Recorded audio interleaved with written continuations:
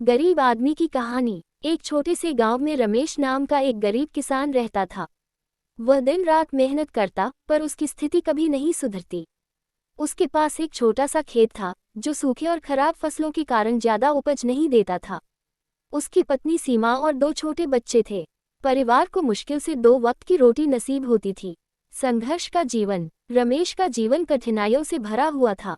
उसकी मेहनत के बावजूद उसका खेत सालों से घाटे में चल रहा था।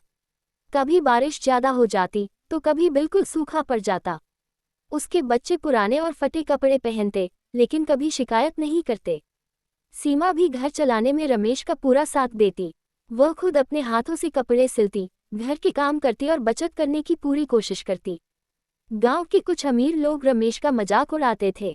वे कहते, तुम्हारी किस्मत में यही गरीबी लिखी है, चाहे जितनी कोशिश कर लो तुम्हारा जीवन नहीं बदलेगा। लेकिन रमेश ने कभी हार नहीं मानी। उसे यकीन था कि ईमानदारी और मेहनत से एक दिन सब कुछ ठीक हो जाएगा। एक अनोखा अवसर। एक दिन गांव में एक व्यापारी आया। उसने घोषणा की कि वह गांव के मेहनती किसानों को मदद देने के लिए आया है। उसने कहा, मैं यहाँ एक प्रतियोगिता आयोजित कर रहा हूँ। जो किसान सबसे अच्छे तरीके से अपनी फसल उगाएगा, उसे मैं 50,000 रुपये दूंगा। ये पैसे तुम्हारी मेहनत का इनाम होंगे। रमेश ने इस अवसर को अपनी किस्मत बदलने का मौका समझा। उसने सोचा, अगर मैं इस प्रतियोगिता को जीत जाता हूँ, तो हमारे जीवन की मुश्किलें खत्म हो सकती हैं। उसने तुरंत अपना खेत तैयार करने की योजना बनाई। मेहनत का सफर। रमेश ने अपने खेत को सबसे अच्छे तरीके से तैयार करने की ठानी। उसने अपने पुराने बीजों को बेहतरीन तरीके से उगाने की योजना बनाई। वह सुबह जल्दी उठकर खेत जाता और देर रात तक काम करता।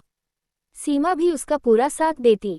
वह खेत में पानी भरने, घास हटाने और फसल की देखभाल में रमेश का हाथ बटाती।